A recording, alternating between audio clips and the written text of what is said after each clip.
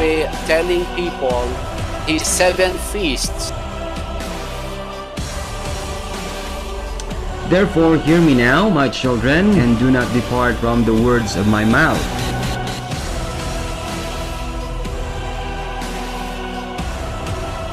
There is no longer Jews or Gentiles. We are all in this one fold because we entered through our belief.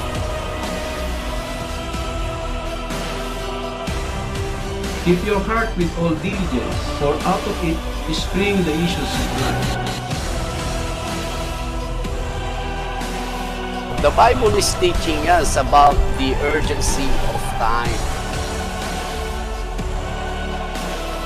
Sa pagtanggap kay Kristo na siyang tagapagligtas.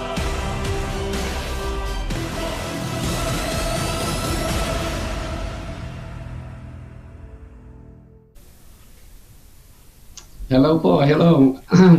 Welcome po sa ating programang The Bible Kape. Si Pastor Ram Gamboa po ito ng Calvary Chapel, Baguio City.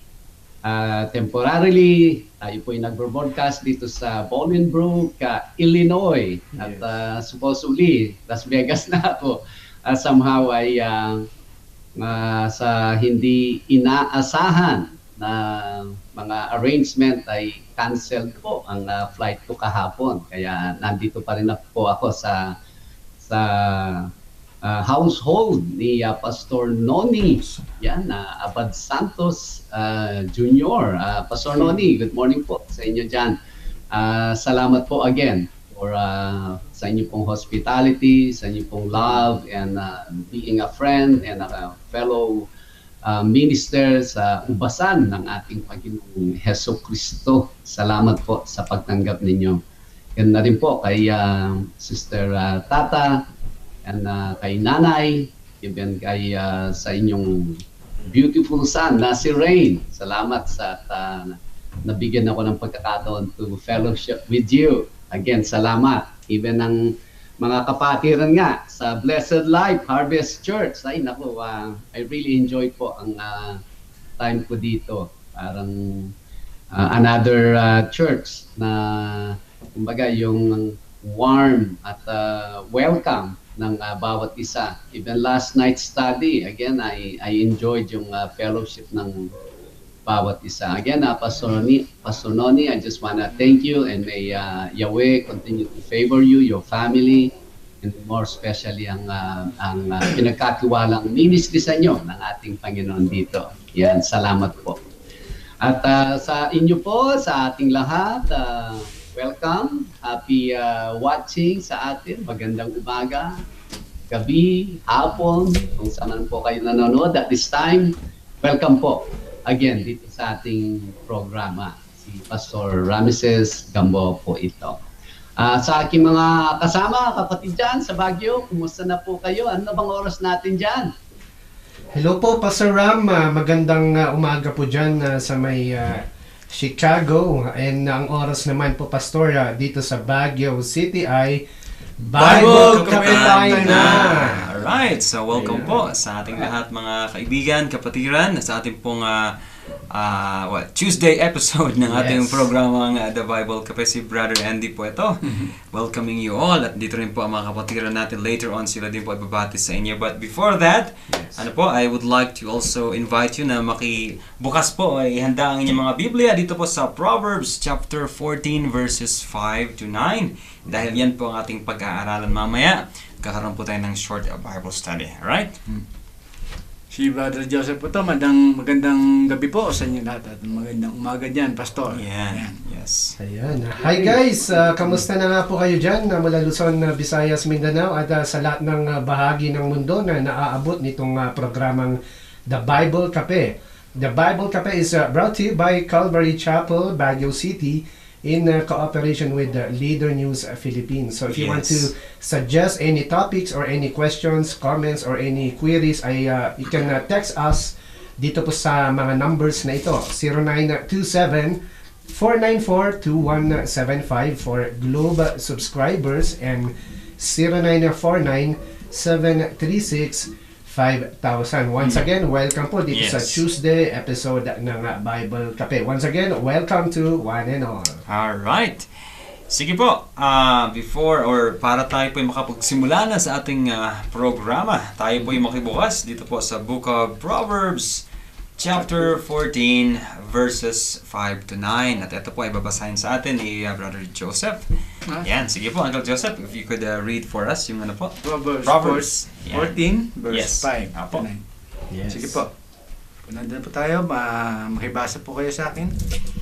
So, verse 5 ng chapter 14, a faithful witness will not lie, but a false witness will utter lies. So, verse 6, a scorner seeketh wisdom, and findeth it not, but knowledge is easy unto him that understandeth. Verse 7, go from the presence of a foolish man, when thou perceivest not in him the lips of knowledge. 8. The wisdom of the prudent is to understand his way, but the folly of fools is deceit. And sa verse 9, fools make a mark at sin, but among the righteous there is favor. Ayan. Amen. Maraming salamat po, Brother Joseph, sa pagkabasa. Sige pa, Pastor Ram, balik po muna sa inyo dyan. Alright. Salamat. Salamat, Brother Joseph, for reading our proverb of the day. Ayan. Verse 5. Proverbs 14, verses 5 to 9 po. Verse 9, ang sabi po niya ay, a faithful witness does not lie, but a false witness will utter lies. Of course, exegetically speaking, or meaning doon sa panahon ni King Solomon, usually yung witness, these are the people, pag may mga incident, may mga events na they need people to testify kung ano yung nangyari doon, to make it concrete, to finalize the judgment, or before they come up with any particular judgment, they will gather as many people who were there, who witnessed the event. So yun na nga yun, yung mga witness. Yung mga faithful witnesses do not lie. Kaya pag faithful kang witness, kung ano yung nakita mo, that's what you will tell. Yun ang sasabihin mo. Makakatulong kasi yan sa judgment, kung ano man yung hatol, kung ano man yung desisyon. Pero but a false witness will utter lies. Ang sabi po niya, kung ang false naman, yung hindi totoo, ay iba naman ang kanyang sasabihin. Well, of course, ang mangyayari dyan ay it is a matter of the interest ng isang witness. Actually, ang false witness, it's either dalawang bagay eh. It's either wala man siya doon or nandoon siya and yet he is saying another thing dun sa kanyang na-witness. Tama po ba? Yes. Pero yung false witness, definitely nandun siya dun sa event na yon. At kung ano yung na-witness niya, yun ang kanyang sinasabi. That is the faithful witness. Yung false witness, dalawang bagay. Pwedeng wala naman siya doon or nandun siya and yet iba yung kanyang sinasabi. Now, kung yun sa panahon ni King Solomon, it's a matter of tama ba, accurate ba yung magiging judgment ng mga elders, kung ano ang magiging yung conclusion or sino ang mananagot, things like that. Now, alam na natin yun. Sa panahon natin, it's also the same. Nangyari sa barangay or something, kung dito sa US, may na-witness ka, you will also either be a faithful witness or a false one. So, given na po yun, it is also applicable sa atin. And yet, bilang Kristiyano, we can also have another hermeneutics. We can have another correlation, which is how we witness God sa ating mga buhay. Kung tayo mismo na-witness natin ang katapatan niya, kabaitan niya, how He really took care of us, even from the time we realize or our relationship sa Kanya started, we should be His witnesses.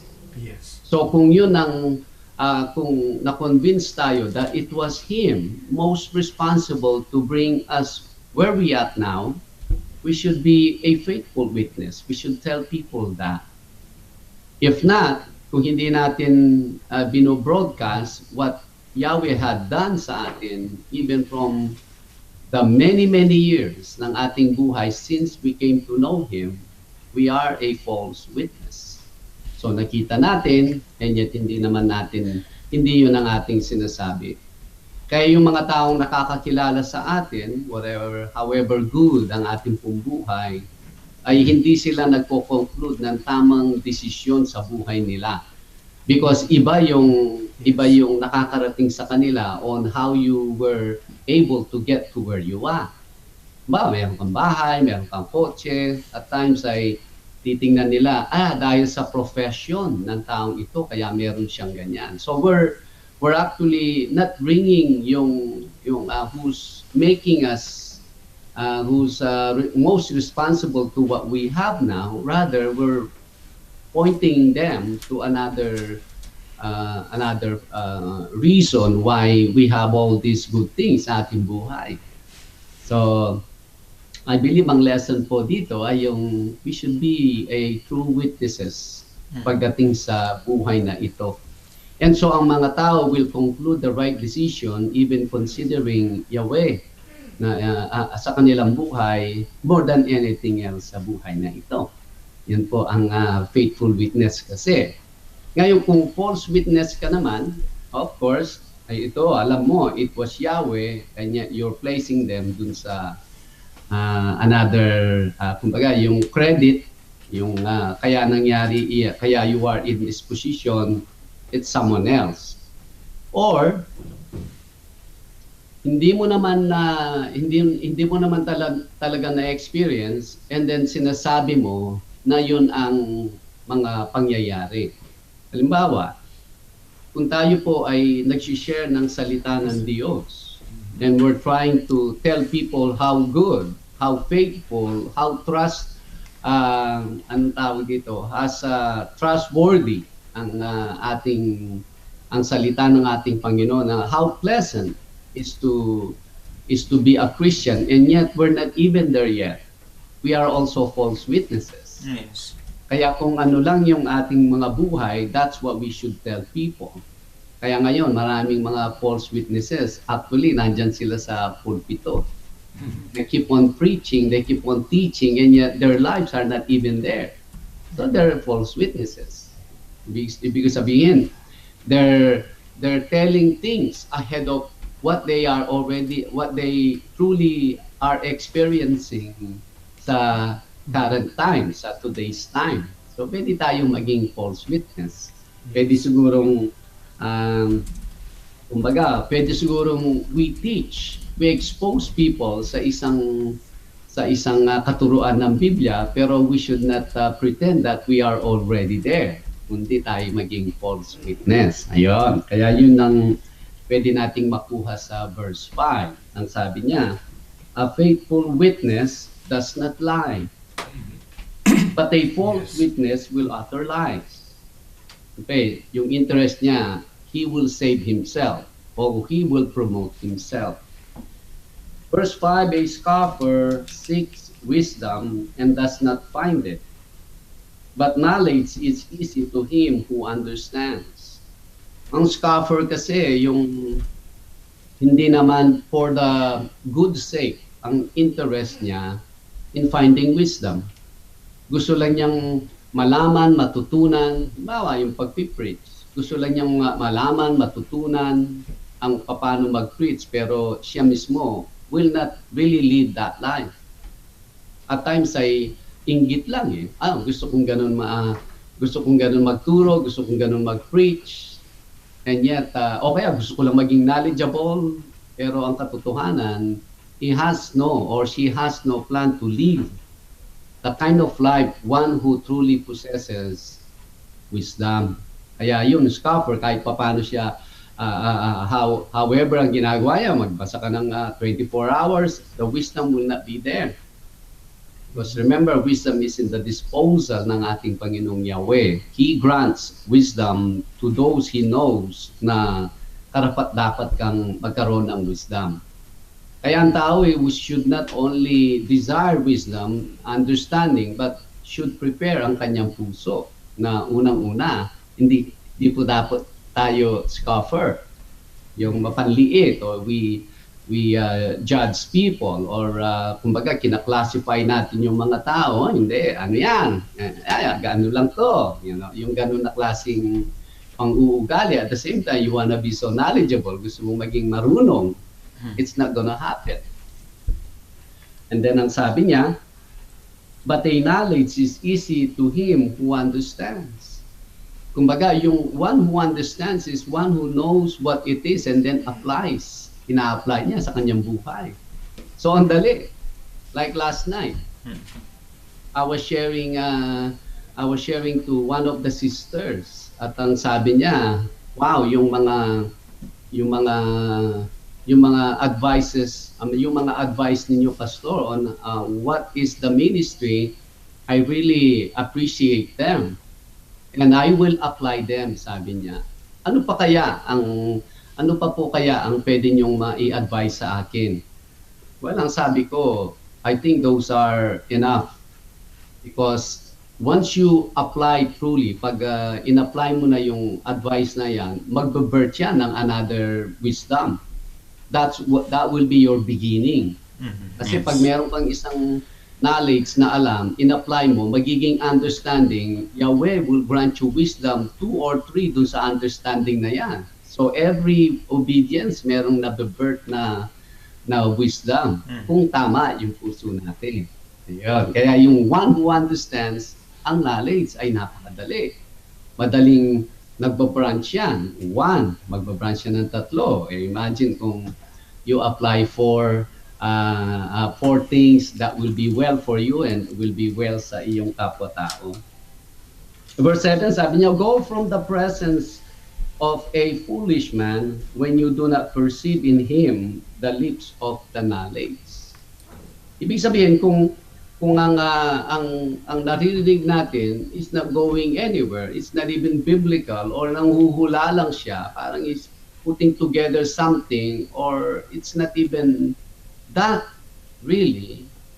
Halimbawa, yesterday po, we studied yung last night, we studied that part, which I also presented sa CMI brethren, na sa inductive perspective, na that particular line na sinasabi niya, we are not under the law, but under grace. So I asked them, what is the ano yung common na understanding or naririnig nating interpretation? For commonly, ang sinasabi nila is the law is no longer the authority over us. We're no longer subject sa law. Rather, we can live our lives now any way we want. Actually, yun po ang common na interpretation dyan. So we look at the whole context, yung buong segment where Paul was delivering that argument until dun sa makakonclude siya sa we are not under the law but under grace. Wala naman siyang sinasabi about obeying the law or not. It has something to do with being slaves to sin, being bondage of sin. So kung if you are bondage to sin, you are considered under the law. Pero kung you are now free from sin and now you're obeying the law, you are under grace. Yun ang sinasabi ng text. Kaya eto ngayon, ang mga taong wala naman talagang understanding sa whole context ng scripture, nagbababol lang yan. Kumbaga, salita ng salita. It is actually, go from the presence of a foolish man. Stay away from such people. Stay away from such presenter. And stay away. Even mga ministers yan, stay away from them. When you do not perceive in him the lips of knowledge. Kumbaga, yung mga nanguhula sila eh. Parang disabog. Kung sino ang tamaan, pero ang daming sayang na bala. Hindi talaga pinpoint na this is what the truth is telling us. O kaya even sa mga friends natin, mapapansin mo, may mga kaibigan tayo, may mga kasama tayong mga tao na ang kanilang mga pananalita o hindi po base sa salita ng Diyos. Ang kanilang mga ideas, direction sa buhay, hindi po nakabase sa salita ng Diyos. Stay away from such people. Verse 8, the wisdom of a prudent is to understand his way, but the folly of fools is deceit. Ito pong verse 8, ang sabi niya, ang wisdom ng isang marunong na tao ay para maunawaan niya kung ano yung saan tutungo yung kanyang tinatahak na daan. Yun po. So wise yan. That means, oh, wait a minute. Ano dito parang walang tubig banda doon. So kung nasaan siya, babaang ako ng extra water. Walang tubig banda doon. Yun, kumbaga, sa sample lang sa isang nagtatravel. Kaya sa isang tao naman na bubuhay sa panahon natin ngayon, we do not know what tomorrow's brings us. So we should take this one step at a time, not to conclude na everything is well sa tomorrow or something na ina-expect natin tomorrow when that might not be what's waiting for us tomorrow. Kaya very careful ang step ng isang wise or prudent na tao. He understands yung kanyang path. Pero ang the other one, but the folly of the fools is deceit. Para bang yung kanyang mga kaparaanan ay maraming mga itinatagong mga bagay diyan. Kasi yun ang deceit eh. Para bang hindi sure o hindi totoo yung kanyang meron po tayong nakilala sa Las Vegas na ang dami po niyang nabiktimang mga tao na supposed to be investing sa kanyang pinupromote na product. Pag makita mo siya, everything is okay. At yayaman tayo dito. Yung gano'n ang dating niya. But there's so much deception sa bagay na yan. Yan ang deceit. Yan ang fool. Yan ang folly ng isang fool. Stay away. And then ang sabi niya sa verse 9, again, fools mock at sin, but among the upright there is favor. Kumbaga, one time, I was watching a video na trending sa Facebook, yan sa Pilipinas. At ito, yung mga day video, yung mga nagko-contest ng inuman sila ng San Miguel Brio, and I mean some kind of a beer. And then at the end ng video, it's just minutes. At the end of the video, makita mo sila talagang they're doing stupid things. That's what sin can make sa atin. Kung tayo, ang sabi niya, fools mock at sin. Kung tayo ay fool, it's just a matter of time. Kahihiya yung ating kahihinatnan kung tayo ay magpapatuloy dun sa bagay na iyon. And yet, favor naman. Sabi niya, but among the upright, there is favor. Kaya kung ang upright, you just continue doing what is right.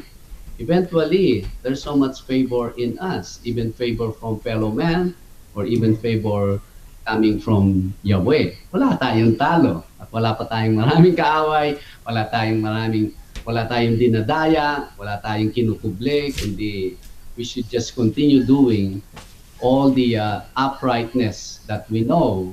It's just a matter of time, favors will come in our way.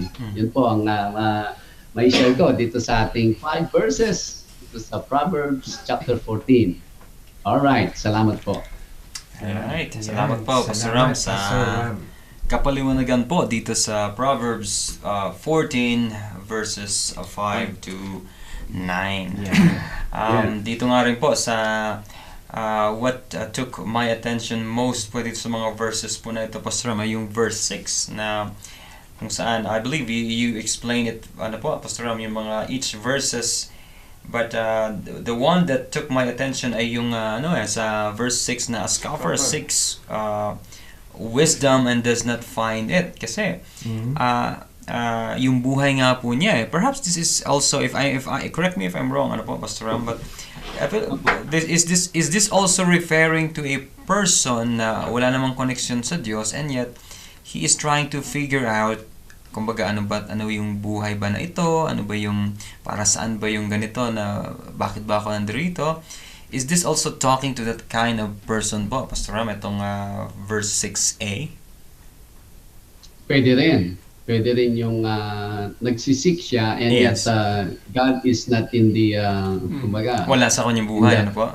Sa kanyang buhay or sa consideration, yes, opo. Yes, Kaya, wala siya.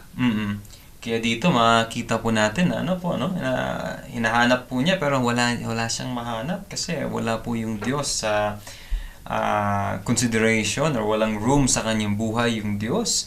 But it's the opposite sa itong isang tao naman. But knowledge is easy to him who understands. Madali niyang ma-put together, ma-connect, makita yung connection ng bagay-bagay because this person, meron siyang knowledge po like what Pastor mentioned nga po kanina, kung sa panahon po natin ay ito yung mga tao na yung kanilang mga puso is they're willing to obey yung kautusan, salita ng ating Diyos, kaya madali nilang makita yung magets yung direction, yung leading ng Panginoon sa kanilang mga buhay. Kaya napakaganda po na I believe another din po ng scoffer, Pastor Ram, yung tao na na nagmamaliit, ina-underestimate niya yung kapwa-tao niya, mas maano lang yan sa namaliit niya. Para bang sometimes po sa isang, if I may bring this church context, I believe most of us here are attending church. Sometimes when we attend church, lalo na pag nasanay tayo sa isang preacher or pastor, sometimes pag wala yung preacher na yon, may chances na I will not go there, wala si ganito doon. Of course, andun naman tayo sa setting na parehas na Christian, and they're teaching the same Bible idea, doctrine, and yet sometimes, I'm not saying all of us, but there are some of us that we tend to underestimate yung si ganito kasi hindi yan si ganito. I believe that's also an element of being a scoffer. At kung ganyan po tayo mga kapatid, mga kaibigan, mabagal yung natin, yung growth natin kasi namimili po tayo ng ating papakinggan. Kaya as long as yung tao na yan he's doing his best to present yung salita ng Diyos, why not? No? There's always room for us to learn. I mean, there's always room for us to learn from others as well. Sige po, Brother Dennis. Brother Joseph, baka any addition po dito? Ayun, dito sa verse 6, one thing po na natutunan ko dito sa Proverbs is yung the wisdom is actually lahat naman ng tao seeks wisdom even sa lahat ng mga bagay, aspeto ng kanilang buhay. But yung natutunan ko po ay yung wisdom po is under the disposal po ng ating Panginoong Yahweh. And that is because nasa po natin yun, nasa obedience po natin, na ang sabi po nga niya as we obey yung mga bagay na ating natututunan dito sa kanyang banal na salita, ay doon po nadadagdagan yung wisdom sa atin as we try to apply it in our daily lives. So yun po yung natutunan ko po dito, Pastor. And yung dito rin po sa Pastor sa scoffer is parang pwede rin po ba natin sabihin ito sa mga tao na they tend to blaspheme yung salita ng ating Panginoon, na to the point po na they will do everything that they can para i-debunk nila yung lahat po ng nakasulat dito po sa salita ng ating Panginoon. Well, in the context, siyempre, hindi naman yun ang unang, hindi yun ang mga taong King Solomon has in mind nung sinusulat niya ito. Kasi hindi ito prophetic Kumbaga ito, every line dito, number one, it has something to do dun sa panahon nila. So yung mga scoffer noon, yun na nga, yung gusto lang nilang maalam, pero ipagpapatuloy pa rin nila yung kind of character nila, kind of person nila. Ayon, ang hirap makakuha ng wisdom pag ganon. You may know things but not wisdom. Ang wisdom is something na it will come under it will come from Yahweh. It is under nasa disposal ni Yahweh ang wisdom even sa panahon nila. Ay makita mo yung mga ganun na tao, somehow hindi nila gets, parang short yung kanilang understanding, yung perspective nila sa buhay. Short talaga yan kasi they just wanna collect information, to store information, and yet yung kanilang personality, yung kanilang character, it's not there to change. It's nag-iipon lang siya ng mga yung mga elements that he can just continue to who he is. Wisdom will not be part of that. Wisdom is so close to the pure. Parang ating Panginoong Yahweh. When He created everything, I was there next to Him. Sabi niya, Yahweh is pure, holy, and wow, that's the pure being you're talking about. Pero ngayon, ang puso mo is marumi at ang tension mo ay hindi maganda. You're expecting wisdom to be next to you? Absolutely not. Kaya yung pag may wisdom ang tao, wow, yan ay bunga ng something. At one time nga, binigay natin yung illustration natin yung sa Amazing Race. Alam natin yung TV, reality TV na Amazing Race, na sila they go to different countries, different places, and they do different things. Let's say sa isang place sa Europe, they do some kind of a cheese, mozzarella cheese. So yun, bibigyan sila ng task. Ito, you make mozzarella cheese as these people make. So ito ngayon, titingnan mo sila and then you make it. You have to do it kung ano yung pinakita nila sa iyo. Now pag natapos na lahat yan and everything, you show it to the one that will approve, and then titingnan niya if it is done exactly or dun sa standard nila, then they will give you another card. Yan, yung another card ngayon yan, that is now the wisdom sa illustration natin. But God is giving us what to do. What to do. Kung alimbawa, ikaw yung isang contestant ng Amazing Race, tininan mo lang, pinanood mo, okay, now I know how you make it. No, you make it. Sasabihin ng producer sa'yo, no, you make it. Hindi yung now alam mo na kung paano ginagawa. Okay, so gagawin mo in order na once you do it, now you understand. Pero i-check yung understanding mo, if it is approved, then wisdom will come to you. Ganun ang yan knowledge, nakita mo, ginawa mo, understanding. If it is done right, then they will give you wisdom. Ganun ang yan itong scoffer, gusto lang niyang malaman. Okay, alam ko na ngayon, alam kong ikwento yan. Sabi, you expect na bibigyan ka ng card? No, you're not gonna get any card. Yes. Maraming salamat po, Pastor Ram. Yes. Tanong ko, Pastor. Sige po. Kanina, Pastor, na bigay niyo example yung mga false witness, yung mga preacher. Masasabi ba natin na ginagawa lang nilang profesyon ng pagpapastor ng karamihan? Oh, absolutely. Marami pong mga ministers, it's not really a life. Kundi yan ay pinasukan nila para may sila, lalo na yung how they really extract money from the people. Siyempre, ngayon ay so much money sa church. You can actually live any way you want. Marami po, marami. Yes. And yet, not everyone ay ibig sabihin fitting dito sa false witness. Meron naman mga wolves Hindi na yan. Ang mga wolves, they're something else. Pero itong false witness, when you bring it to the pulpit, the person is not even, wala man siya doon Unang-una, hindi man siya born again. Hindi man siya born again. And yet, pag magsalita siya, parang ang gandang mabuhay na isang Kristiyano. Parang gano'n. False witness yan. He himself was never been born again. And then, nini-encourage niya yung mga tao, ang ganda, ay talagang masarap ang maging born again. Hindi naman siya born again. That's a false witness. Eh yun naman, pwede naman na born again ang isang tao. Pwede naman na born again ang isang preacher. And yet, he's not saying what it is. Parang he's saying something else, hindi yung kanyang experience sa Panginoon. Kaya mga tao, just because of a false witness, they will have their attention and interest to something else now, hindi yung what made the person. Salamat po. Meron nga po akong na ano niyan, Brother Joseph, may napanood na he's a famous Christian apology and nung apologist nung nag-aral daw po siya sa I think isang seminary or Bible college sa US. Meron daw po siyang kaklase kasama po doon na hindi man Kristiyano. Nahalo lang. Kumbaga nandun lang po siya nag-aaral and then tinanong niya, hindi ka pala Kristiyano, ba't ka nandito?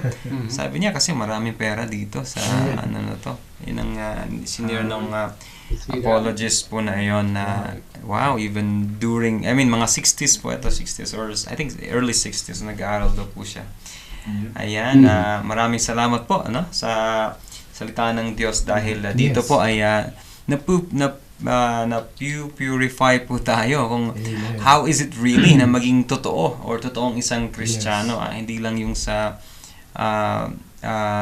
pagpunta sa church or pag-attend sa mga gawain, but it's more than that. Even yung mga nag-i-stand in front of, before the pulpit, yung mga nagtuturo, we are also, the Word of God is also teaching us kung paano sila i-examine if they are real or not. Right? Kasi sa mga kapanahonan po natin ngayon, ang dami po talaga, even dito na lang po sa Pilipinas, kung especially sa internet, madami po nating makikita na kung ano lang yung mga kiniklaim po nila na ganito. But the Word of God is teaching us na kung paano natin ma-identify ang mga ganitong klaseng tao.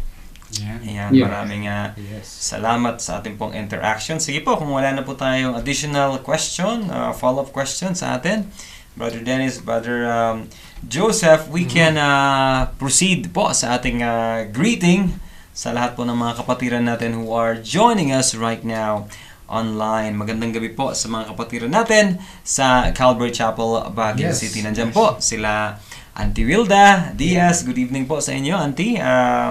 Nasa Cavite pa po ba kayo or nakabalik na po kayo ng Baguio? I think Cavite pa. Tumulong pa sila. I see. Kasama po si Brother Harold. Negative bro, nakauwi na si bro. Ayan, nakauwi na. Yan, magandang gabi po sa inyo dyan.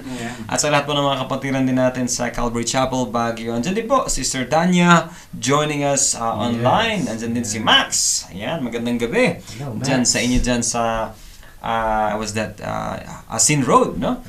Si Jed also joining us right now. Kanina nakita ko rin po si Auntie Aida. Ayan, magandang gabi po sa inyo dyan, Auntie Aida.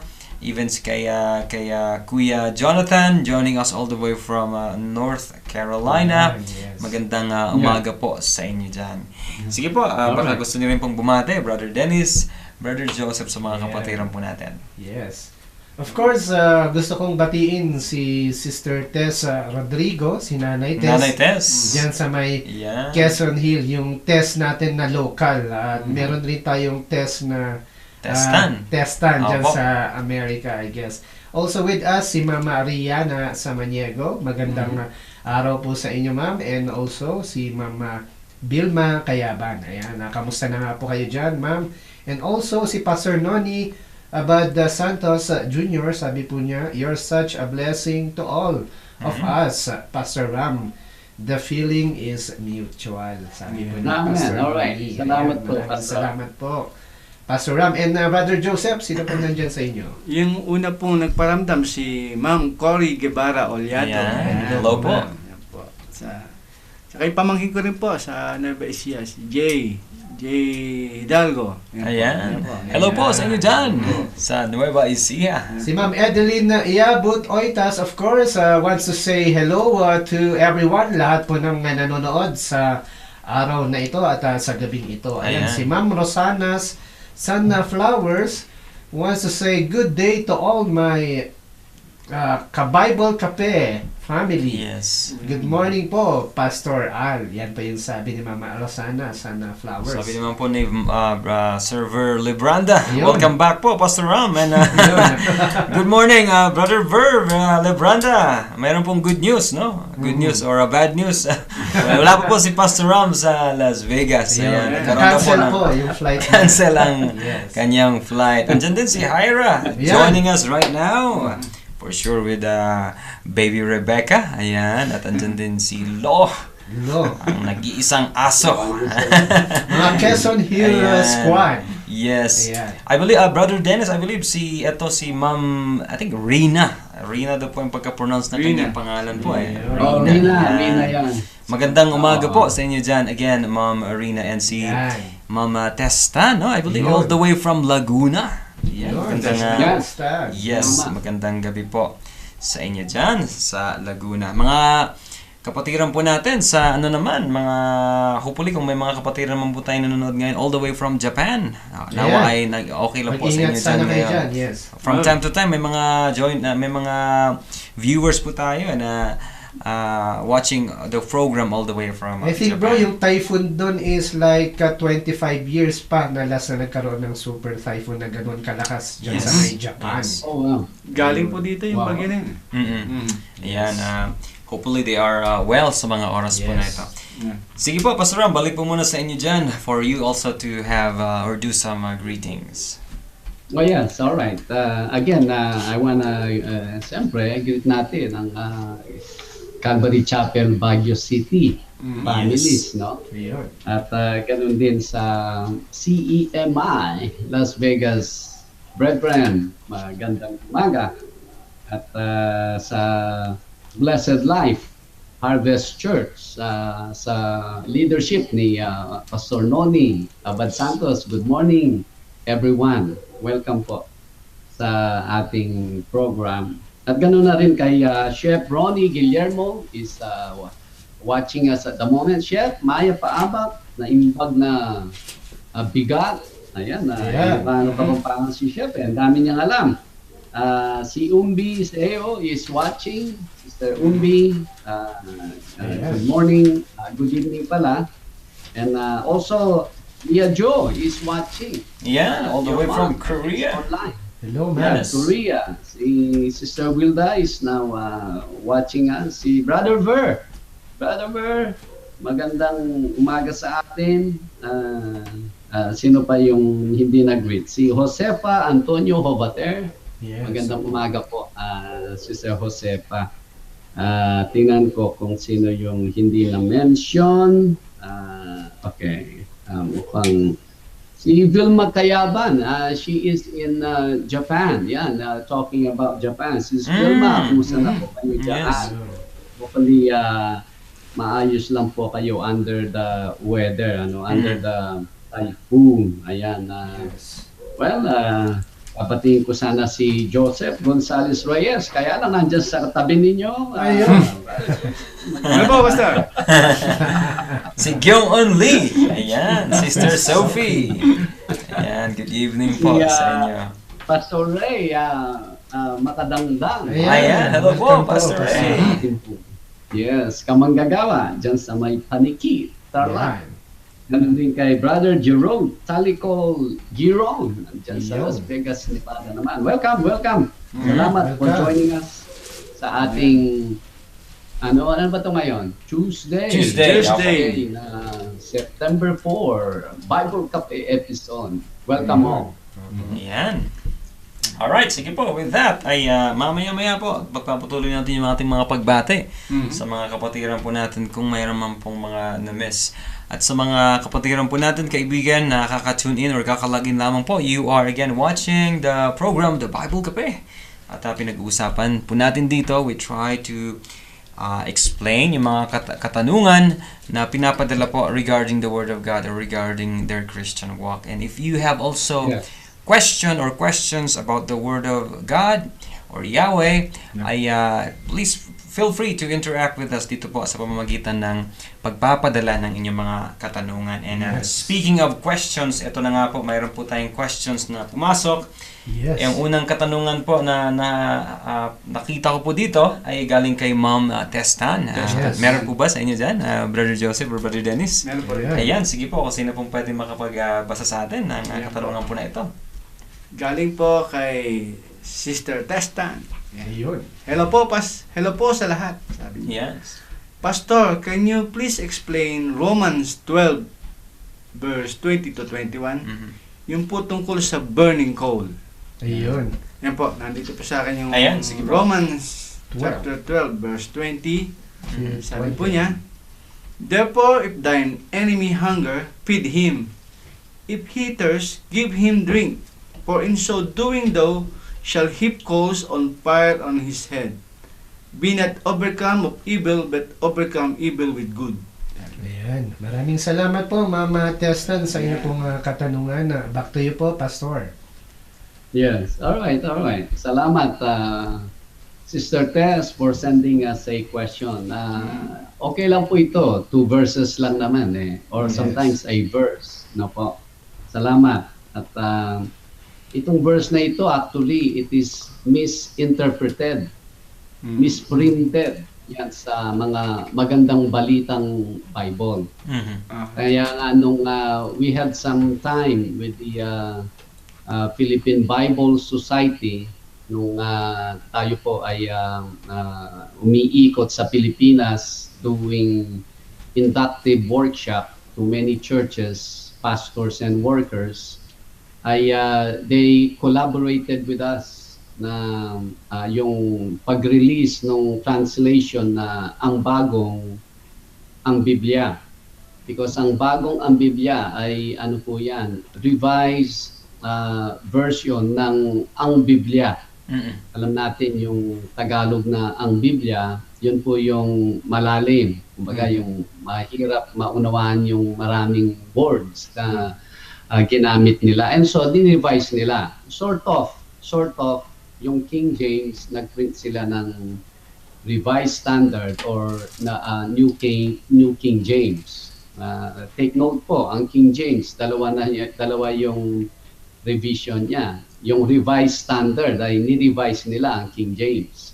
And then later on, I believe in kung kailan man nagsimula yung New King James, meron naman nag-print New King James para ano nila yung wording ng King James. But kung wala kang New King James, Revised Standard is also doable.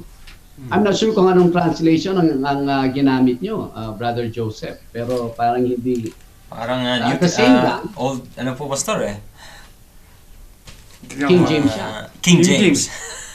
King James. Yes, King James po. Similar naman hindi naman nag-iiba. Yun pa rin. Yes. Pero maganda siguro kung uniform tayo dyan sa studio na tayo lahat ay nasa New King James page, no? Yes. Translation. Opo. Itong verses na ito, Sister Tess, like I said, sa mga magandang balitang Bible ay hindi ganong maganda o hindi po maganda. Dahil nga na tin-translate ng editor or ininterpret ng editor itong text na ito. Kaya pag ito binasa mo sa magandang balitang Bible, nag-iiba. Nag-iiba po yung sense. It seems like limited po ang understanding ng editors, interpreters of the magandang balita when it comes to the Hebrew culture, sa biblical manners and culture. Kasi ang ginawa niya kung ito babasahin po natin sa magandang balitang translation, dito sa verse 20, ang sabi niya, if your enemy is hungry, feed him. If he is thirsty, give him a drink. For in so doing, you will heap coals of fire on his head. Yun ang doon nagkakaroon ng hindi, sa 21, dito magkakaroon ng liko, bigla siyang liliko. 21 sabi niya, do not be overcome by evil, but overcome evil with good. Sa magandang balita na translation, in-translate po nila ito as in para mapahiya Yes. yung ginagawan mo ng mabuting bagay. Opo, Pastor. Pag ang kaaway mo ay nagugutom, pakainin mo siya. Pag siya'y nauuhaw, painumin mo siya. Pag ano nang ginawa mo, para mo na rin siyang pinahiya doon sa kanyang ginawa sa iyo. Pasandali, Yes. Opo. akala ko ba tinuturo ng beginning verse 17 at even yung verse 19, sinasabi niya, "Vengeance is mine, I will repay, says the Lord." Ibig sabihin, let's not put our revenge sa ating kamay. Kasasabi lang ni Paul 17 and 19 na wag nating gantihan ng kasamaan yung kasamaan na ginagawa nila sa atin. Bakit ngayon ang magandang balita ay gusto niya gawin mo yung sa kaaway mo para siya mapahiya. Meaning, ang intention ng paggawa mo ng mabuti para mapahiya. Contradictory ngayon dun sa sinabi niyang plain na huwag kang maghiganti. Kumbaga, kahit na siya'y masama sa'yo, gawan mo siya ng mabuti. Now, let's look at the more accurate interpretation ngayon ng verse 20 and 21. Ang sabi po sa 20, Romans chapter 12, 20, sabi niya, "Therefore, if your enemy is hungry, feed him. If he is thirsty, give him a drink." Mga literal po kasi ito eh. "For in so doing, you will heap coals of fire on his head." Ito, hindi po siya literal. Something about their culture. Ang sabi niya, pag ang kaaway mo ay gutom, pakainin mo siya. Pag siya ay nauuhaw, painumin mo siya. Pag gano'n ang ginawa mo, para mo na din siyang nilagyan ng nagbabagang uling sa kanyang ulo, sa kanyang pamatok. Tama ba yon? Yung, ayun, sa kanyang ulo. Anong ibig sabihin naman nun? Yung naglagay ka ng nagbabagang uling sa kanyang ulo. Kasi noon po, wala naman nabibiling posporo eh.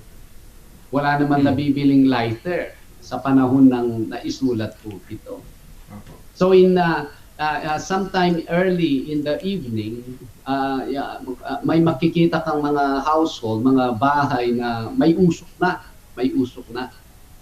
Pag may usok na, may nagluluto na dyan. O ikaw, kung nearby lang naman, instead na ikaw ay mag-start ka pa ng apoy, pwede naman magpunta doon at humingi ka ng uling na nagbabaga para maidala mo sa iyo at i-continue mo na lang yon, yung apoy na yon. So pupunta ka ngayon doon sa household na yon. Let's say ikaw yung nagluluto na. May kakatok sa iyo. Sabi niya, mga babae kasi yan, mga kababaihan. Siyempre kilala mo, andito ka pala, Alicia. Ano nga, paano mo nga ako ng uling mo, magluluto na rin ako. Sige. Iyon ang purpose niya sa pagdating niya. So ibigay mo kung ano yung maitulong mo sa tao. Ganon din yung pag gutom siya, yun ang kailangan niya, pakainin mo siya.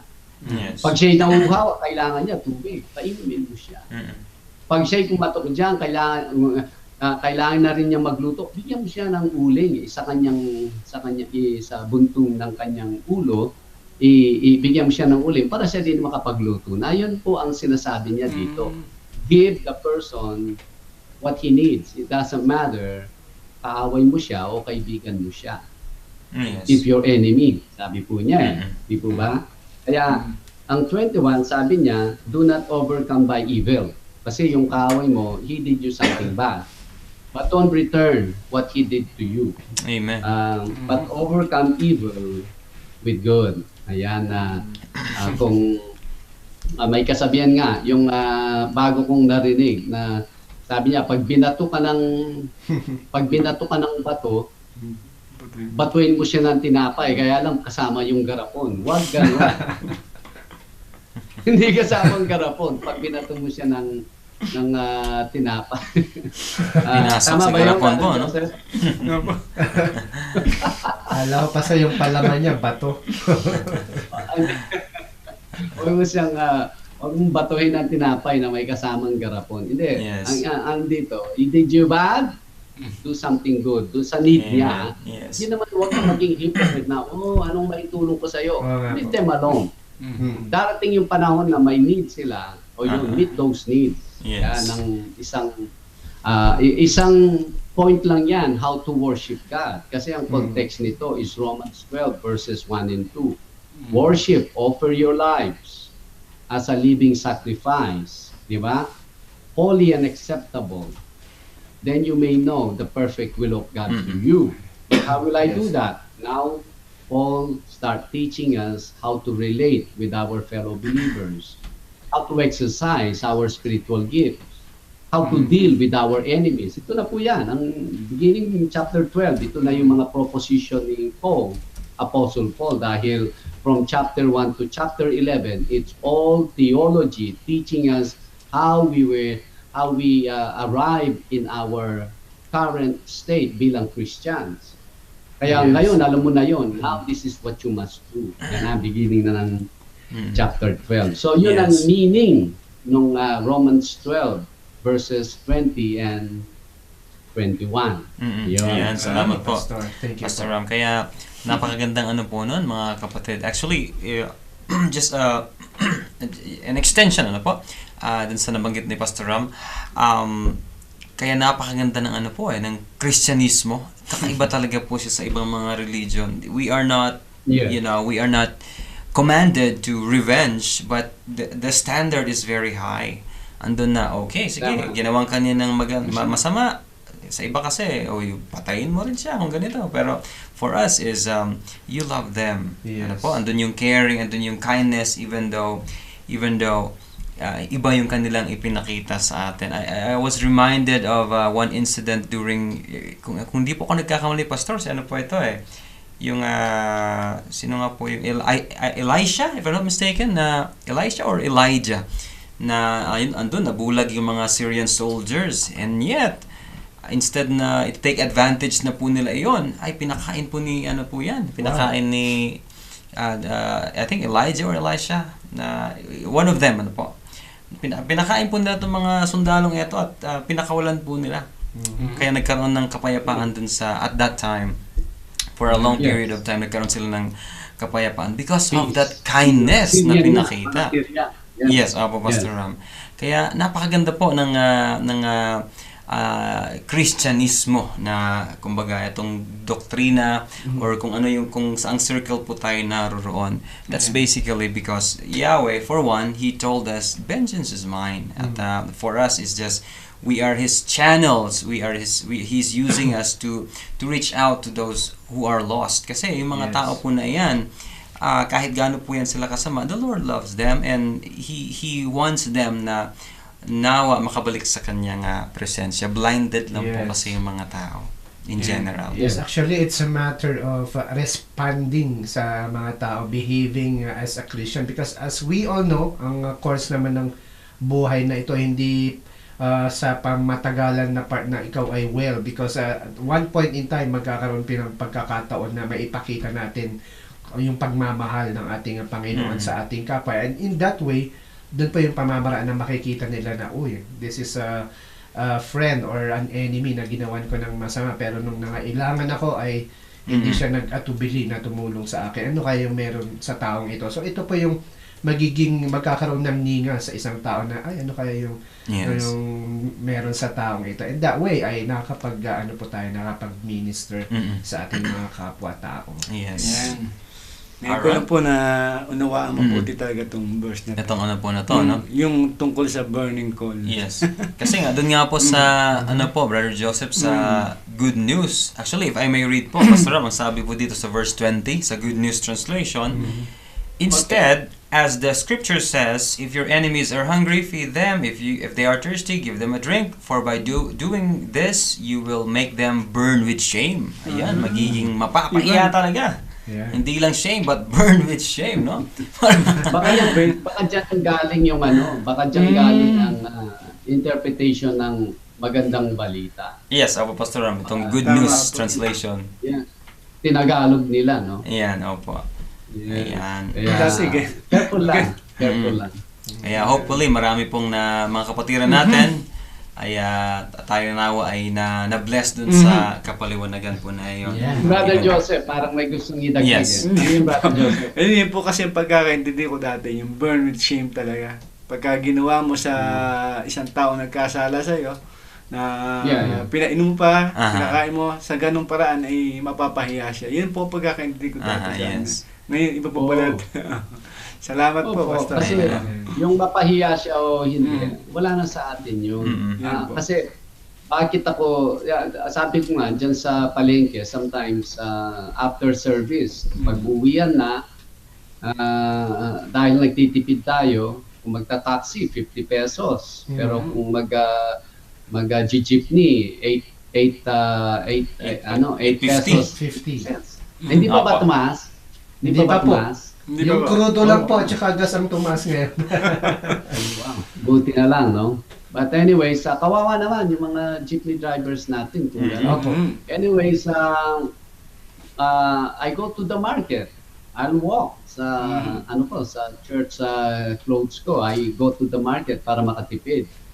But pagdating ko sa market, I cannot help but sabi ko yung 50 pesos natipid ko na. So mamamasaya ko ng 850. Parang hanap kaya ako ng prutas na halagang 40 pesos. Yan, parang gina-justify ko yung... Tsaka, imagine, sasakay ka ng jeep, uupo ka, wala ka man bit-bit. Yung ganun na So, hanap ko ng prutas or gulay na pwede mong maluto in the afternoon or in the evening. So, makita mo dahil nakabihis ka ganon, may mga pwesto dyan, nagre-repack sila ng uling. Na kahit meron kang gustong bilhin dun sa tabi niya, mga mangga, apple, mango, ganon. Kasi meron dyan, malapit sa paradahan ng Quezon Hill. Ayan, pero may mga pwestong nag-uuling. I stay away from that pwesto. Hanap ako ng ibang nagmamangga na walang nag-uuling, nagre-repack ng uling sa tabi. Bakit? Ayokong maulingan Ayokong magkaroon ng uling dust dun sa nakabihis ako. Well, ganun din pag in-entertain natin yung any element na makaganti tayo dun sa mga taong they did us wrong. Mauulingan po tayo. Mamamantsahan ang ating spirito. Kaya anything na ginawa nila, maraming reasons ang pinanggagalingan niya. Pwedeng inosente sila or pwedeng they do it purposely pero it should not stay with us. Basta alam natin, we live the life that God instructed us to do. So wala tayong elemento nila. Kasi kung pag meron kang dinala sa iyo dahil they did you wrong, that will eventually creep in. Parang parang yeast na lalaki ng lalaki yan. At the next thing you know, may bitterness ka dun sa people who did you wrong. Pero if we will follow the very instruction ng ating Panginoon, eto ngayon, they did you wrong. You just live your life. Darating ang araw, they will have need. Meet those needs sa kanila. Mamaya, kailangan niyang place to sleep. O kaya, mamaya, kailangan niya ng emergency. He needs some money. Yung loved ones niya ay nasa hospital. Or maybe many different ways. Now you can demonstrate your Christian duty. Kasi we cannot judge them for the reason na we do not know if they will ever change sa ganun na kamali ang buhay na meron sila. So it's not up to us. Kaya nga nasa kay Yahweh ang pagja-judge dahil Yahweh can see ang kanilang buhay whether mag-change yan o hindi. Kung hindi mag-change yan hanggang sa araw ng kamatayan niya, Yahweh can judge them even now. Kasi alam niya yung hangganan, yung outcome ng kanilang buhay. But we do not know. Kasi kung ang tao nag-judge sa akin nung ako'y nasa kamunduhan, matagal na po akong patay. Pero salamat, hindi ang tao nag-judge sa akin, kundi si Yahweh ang nag-judge sa akin to the point, He continued to open that opportunity for me to realize, repent, and change. Kaya this is who we are now. Dahil si Yahweh ang nag-judge sa atin. Pero kung we allow men to judge us, wala na, matagal na po tayong hindi kasama sa buhay na ito. Kaya tayo din, na dahil medyo tama lang ang buhay natin, we should not judge. Leave it to Yes. God. He knows what He is doing. Ang judgment niya, it's always tama. Yes. Amen. Amen. Amen. Tama po. Alright, maraming salamat po, Pastor Ram, sa kapaliwanagan. Alright, sa ating po mga kapatiran, again, you are watching the Bible Cafe, mga kaibigan. Ano po? You are watching the Bible Cafe. And we are now on our first hour of our program. Kaya kung may mga katanungan po kayo dyan regarding the Word of God, Yes. please, or kindly interact with us dito po sa ating chat box. Let me just read ito pong comment or message ni Ma'am Imelda Harapa. Sabi po niya, happy blessed morning Bible Cafe family. Good morning everyone, bros and sis in Christ. Hello and good morning to my husband Ed Mosqueda from Las Vegas watching here, or in Las Vegas. Okay. Watching here Sure. from Gomaca, Quezon. Quezon. Ayan, maraming salamat po sa inyo, Ma'am Imelda. At any comments there do you have, Brother Joseph or Brother Dennis, na pwede nating mabasa before we read yung ating next question? Yung greeting po ni Ma'am Cory Guevara Ollado, sabi po niya, a blessed day to all my CEMI and Bible Cafe family. Ito po yung pagbati ni Ma'am Cory Guevara Ollado. Ayan, yes. Meron naman pong message po dito or pagbate si Ma'am Carla Punzalan. Good morning, good evening po, Bible Cafe. God bless everyone. Ayan, good morning din po or evening man sa inyo. Good day, no, Ma'am Carla Punsalan. Yes. Brother Max Africano, sabi niya, Anyong haseyo. Yeah. Good evening everyone. Ayan. Alright, sige po. Again, welcome po and magandang araw sa ating pong lahat. Yes. Let's proceed to our next question. Ito po ay galing kay Ma'am Crema Canlapan.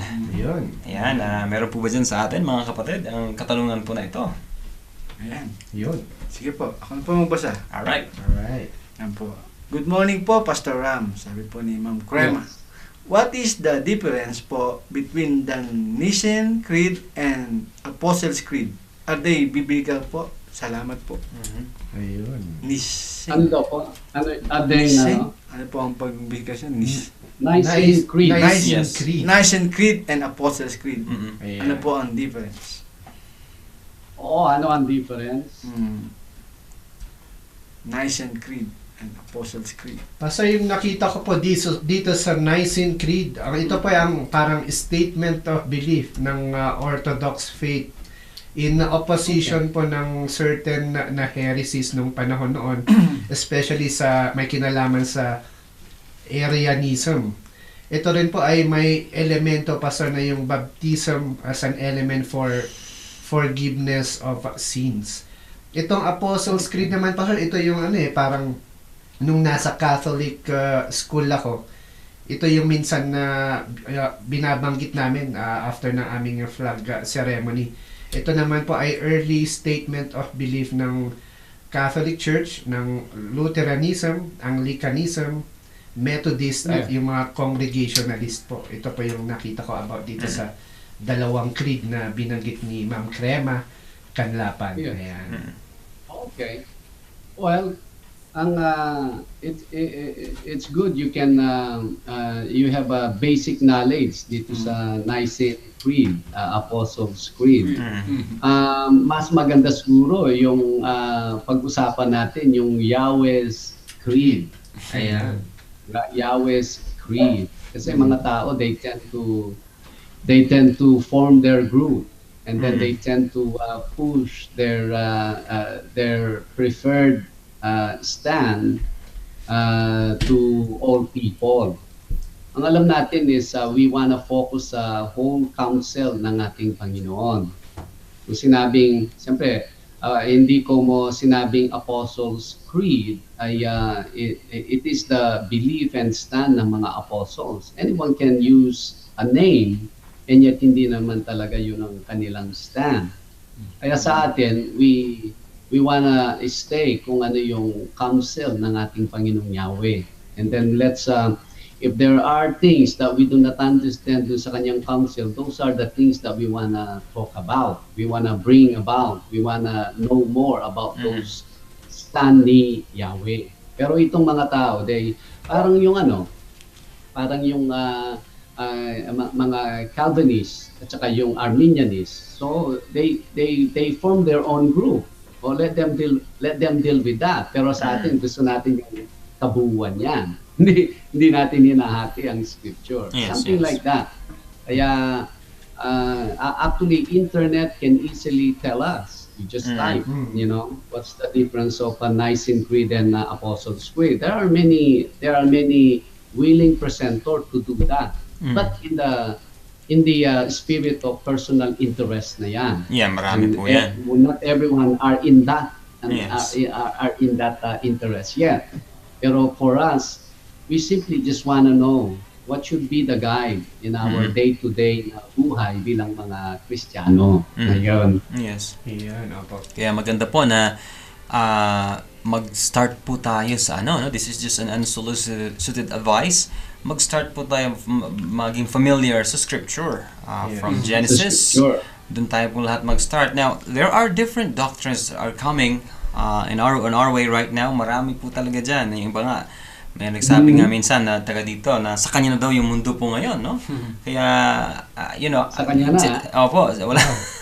So, that's just one ng mga iba't ibang claims ng iba't ibang personalities. But if we are familiar with the scripture, we can easily identify, I think this is not, this is not coming from His Word or Yes. not connected or inconsistent sa salita ng Diyos. So yung mga ganun po, madali nating ma-recognize. Yes. Well, in fact, if you are a church goer or if you are a part of a church, ay meron rin po tayong mga statements of faith na nakalagay dyan. So if you have some questions regarding this sa mga statements of faith, pwede rin po natin isama yan. Pero yung medyo malalim po kasi itong Nicene at saka Apostles' Creed. Ayan. Yeah. Kumbaga yung mga pinaka-found... Yeah, sige po. Deep. Sige po, Pastor. It's not really deep, but it's not. It will not be serving to the kind of viewers we have. Kasi viewers just want to know something simple on what we can apply sa ating daily lives. Yun, but that has a sure that is something to know, but that is for personal or special interest. Yes, yes, opo. Ayun. Amen. Alright, sige po. Magandang...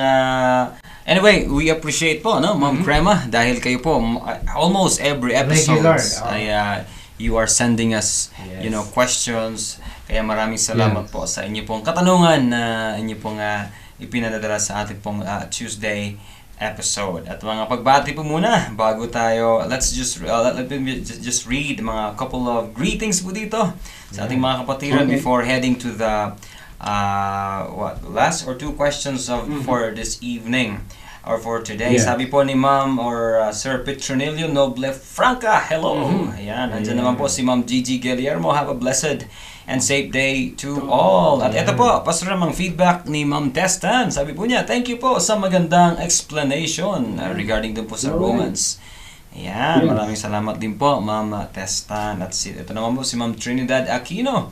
What a nice message, Pastor Ram. We are so blessed. Good evening po sa inyong lahat. Ayan. Any other greeting po dyan or Ayun comments? po, kapapasok lang po ni Sister Malu. Ayan. Vergara. Hello, my Bible Kape family all over the world. Blessed day, everyone. Ano po niya? Yes. Hello, Bro Fernan. Ayan. Si Sir Gilbert Pablo wants to say hi to everyone. Actually, nag-wave po siya dito. Ayan, si Sir Gilbert Pablo. Welcome po dito sa Bible Kape program. Alright. Alright. Sige po, let's proceed now sa ating, kung wala na po tayong mga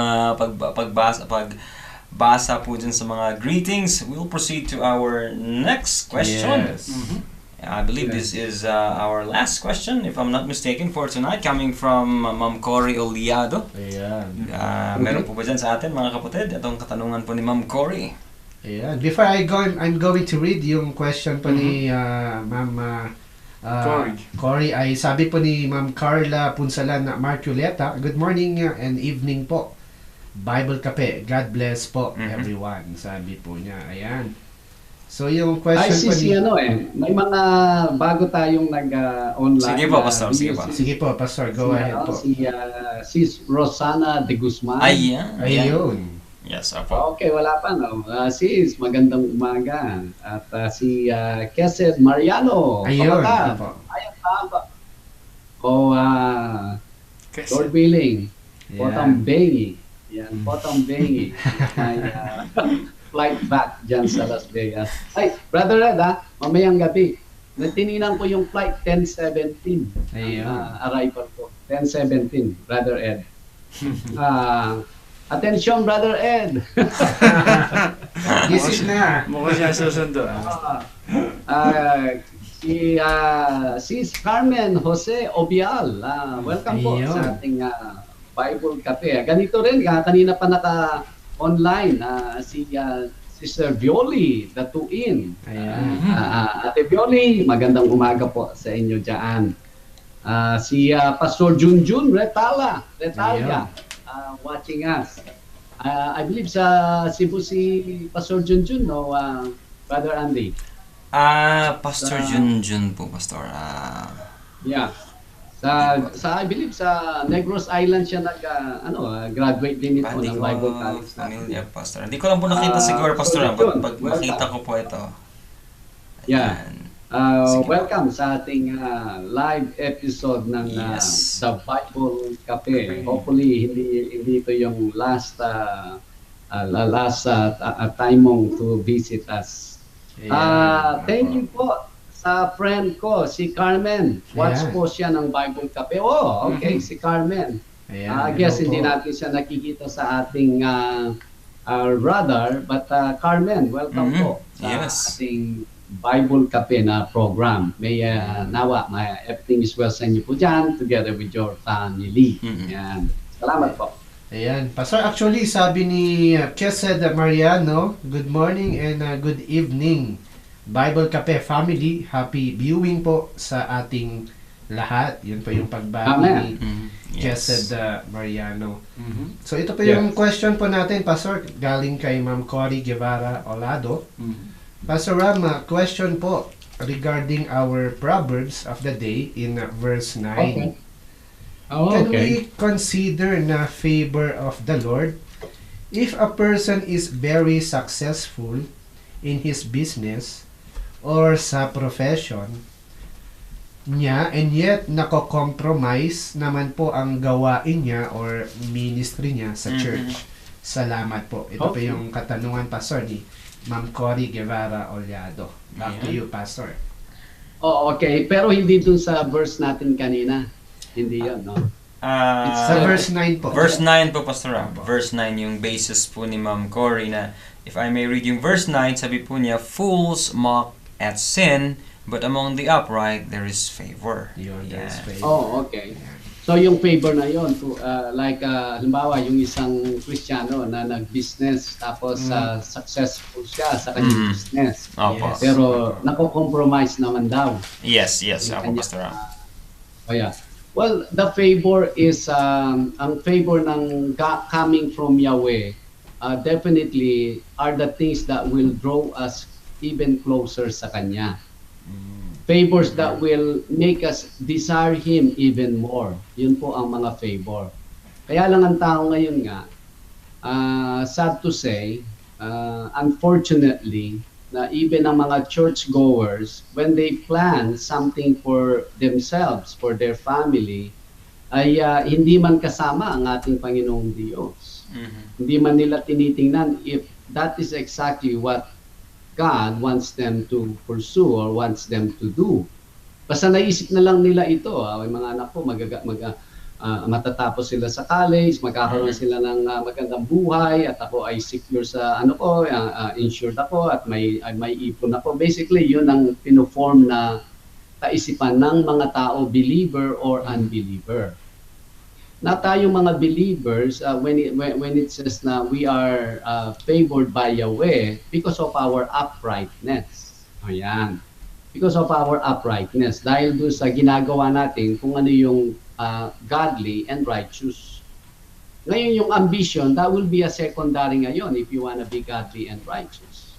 Kaya lang ang tao ngayon, yung ambition niya, ipupursu niya, and then i-incorporate niya ang Diyos sa mga balakin niya, sa mga ambition niya, mga desire niya. Yun po, doon tayo nagkakamali ng malaking pagkakamali, how we treat ang buhay na ito and and ang connection natin sa ating Panginoong Yahweh. Definitely, hindi po yan favor from Yahweh that making a person successful, even though granting the person a job, high-paying job, pero you hardly go to church, you hardly attend sa church, and you hardly contribute or get your hands on sa need ng church. Very selfish ang mga maraming church attendees na para bang pupunta sila when they need something to hear, or para bang nagiging ano lang routine, but never come into their mind, if I am well, how about those who are just starting to be well? Di po ba? So that means ang isang upright na tao ay talagang pupunta siya sa gawain, not to what he can get out of the gawain, kundi ano yung maitulong niya, ano yung encouragement, ano yung service na maidulot niya sa pagpunta niya sa church. Those are the upright. But wait a minute, anong gain mo doon? We do not know. But favors are now candidate to come to us. The favors coming from Yahweh. There are so many things na we think they are important in this life, pero in the long run, makikita natin they're not that important. Pag tayo nasa death na, you're counting, time is ticking and you're about to die, you will know kung ano talaga yung how much you wasted your life na chasing material things dito sa buhay na ito. Hopefully, hindi po darating dun sa time na iyon na ma-open ang ating mga bata, ma-engage tayo dito sa mission, kaisipan, puso ng ating Panginoong Diyos mismo. Involved po tayo dyan. Hindi yung ang favors na susukat dun sa successful ba tayo, may maganda ba tayong trabaho, maganda ba yung bahay natin, secure ba tayo, may savings ba tayo? Absolutely not. Even the Pharisees, they were thinking the same. Yes. Kasi mga Pharisees, ang sukatan ng kanilang pagiging religious ay they're doing well. Ang mga Pharisees, they're middle or yung mga higher class sa society. So when they look at you, they say, o ikaw, kung ikaw ay godly, bakit ganyan lang ang ano mo? Opo. Ganyan ang mga Pariseo eh. Kaya nga dyan, ang context ng parable of rich man and Lazarus, na kumbaga ang rich man ay ang talagang napakayaman niya. Actually, si Lazarus nabubuhay lang siya sa basura ng rich man. Pero pagkamatay nila, ang rich man nasa bad compartment ng Hades. At si Lazarus nasa good compartment. So hindi nasusukat ang success kung anong meron ang tao right here. Yes. Yun ang mensahe noon. Kaya ang favor na tinutukoy ng verse 9 dito, that will come from Yahweh. And what is that favor? And that will bring us closer to Him. That will make us desire Him more than anything else. That is the favor. Ayan, salamat po, Pastor Ram. Yun na nga po, no? Mabilis po kasi nating ma-incorporate yung favor ng ating even yung yung term na blessing. Madalas nating pag sinabing blessing, we are instantly talking about this material thing or this job, na binless sa atin. Yes. I think commonly na mistakes po natin yan ng mga tinatawag na mga Kristiyano. But like what Pastor Ram mentioned, reminding us na hindi po yun ang basis ng favor. Hindi lang nakikita dun sa mga material na bagay na meron po tayo. Maraming salamat po, Pastor Ram, sa kapaliwanagan, sharing your insights and wisdom patungkol po sa mga questions na pinadala po ng ating mga kapatiran. At sa lahat po ng mga kapatiran po natin na nagpadala ng kanilang mga clarification, queries about the Word of God, salamat po ng marami. At nawa ay magsama-sama pa po tayo sa susunod nating mga episodes dito po sa Bible Kape. Adonai willing, sa araw po ng Miyerkules, no? Bukas. Sabi po ni Pastor Ram, Ma'am Cory Guevara, salamat po, Pastor Ram. Agree po ako. It's sad sometimes pag successful na, they claim the favor of the Lord and yet hindi man involved si Yahweh sa buhay po nila. May Yahweh touch the heart of this person. salamat po ulit. Ayan. Ayan. Marami nga po ang mga ganito sa panahon po natin. Any more, Brother Dennis, Brother Joseph? Any greetings po na gusto niyong basahin or clarifications? Ayan, sabi ni Sister Cory Guevara Olado pa rin. Sabi po niya, opo, Bro Andy, blessing to. I think dun sa sinabi mo kanina na agree si Sister Cory. Yeah. And si Brother Jonathan Bacani, sabi po niya, Amen. If we have Yeshua, we have everything. Amen, amen. Alright. Sige po, maraming salamat minsan pa sa mga lahat ng mga kapatiran natin who joined us online at nawa meron po tayong napulot na magagandang aral na ating pong magamit, mapag-meditate after this program. Ma-keep natin po sa ating mga puso. Pansamantala kami po magpapaalam. Ano po, si Brother Andy po ito. At kung may mga clarifications pa naman or kung may mga katanungan pa po kayo, kindly interact with us even sa araw po ng bukas dito po sa ating programa. And minsan pa, nagpapaalala po sa atin that man shall not live by bread alone, but by every word that comes out from the mouth of Yeshua or Yahweh. Yeah. Magandang gabi po sa inyong lahat. Muli po si Brother Joseph po to at muli nagpapasalamat sa patuloy niyong pag-antabay dito sa Bible Cafe. Yes. Ayan, sabi po ni Brother Ed Mosqueda, bago po ako magpaalam, sabi po niya, sorry, Pastor, ayaw kong bitawan ang unan ko. Good morning to all. Sabi po niya. And sabi ni Sister... Ano yan, Pastor? Sigurado may advice si Brother Ver dyan. Brother Ed, hintayin mo yung advice ni Brother Ver, may solution na. May solution daw po dyan. Sabi rin ni Ma'am Belen Moleski, good morning and good evening.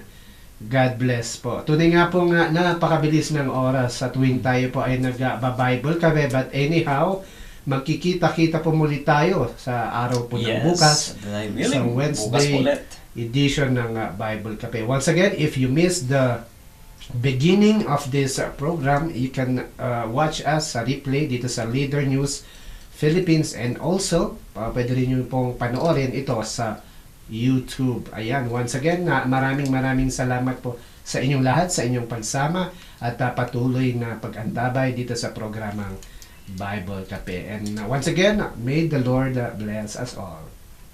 Yes, all right. Salamat mga kapatid, Brother Andy, Brother Joseph, Brother Dennis. At, ingat-ingat sa pagbiyahe ninyo mamaya sa pag-uwi.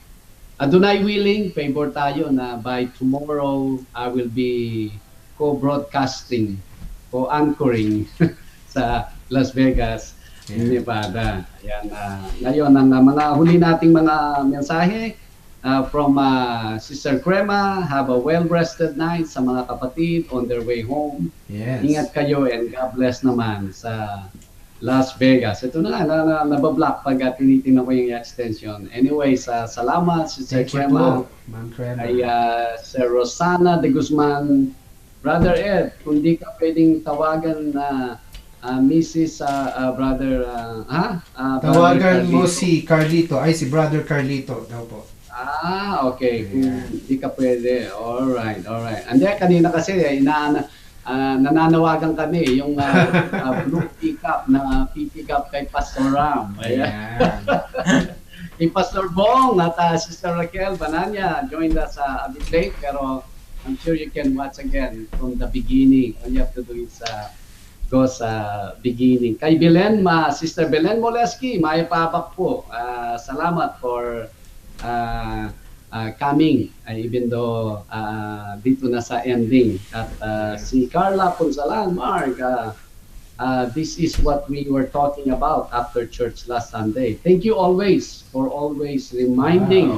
Ayun, makikita nakikita nyo? Pastor, opo, reminding me how blessed we are. Thank you po, Pastor Ram, for the explanation. God bless you always po. Sabi po. Absolutely, yes. Alright.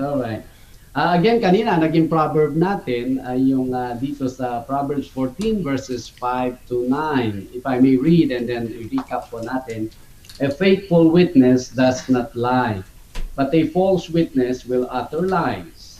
A scoffer seeks wisdom and does not find it, but knowledge is easy to him who understands. Go from the presence of a foolish man when you do not perceive in him the lips of knowledge.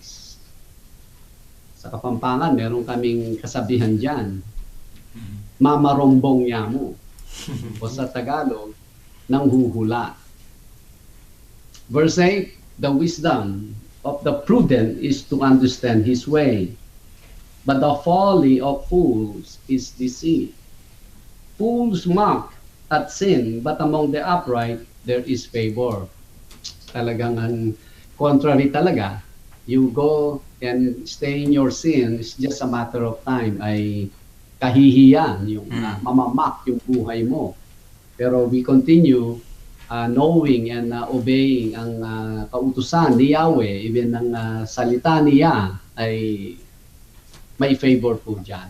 Amen. Favor na nanggagaling sa Kanya. Kaya salamat sa ganitong programa. We can continue to remind each other that not to pursue material things, not to pursue, the comfort and the convenience of this life, but just to be truthful lang sa Kanyang pinapagawa sa atin. Yes. He will take care of us. His favor counts much more than any of this world can offer us. Salamat po. As we always say, mabuhay po tayo sa ating Panginoong Yahweh. Si Pastor Ram Gamboa po ito ng Calvary Chapel, Baguio City. Salamat sa bawat nanood, stayed with us even up to this time. Mga kapatid and everyone, Shalom. Shalom. Yahweh telling people His 7 feasts. Therefore, hear me now, my children, and do not depart from the words of my mouth.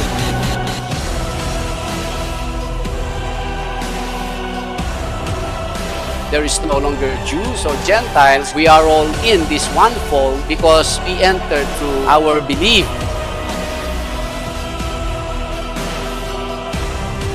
Keep your heart with all diligence, for out of it spring the issues of life. The Bible is teaching us about the urgency of time. Sa pagtanggap kay Kristo na siyang na tagapagligtas.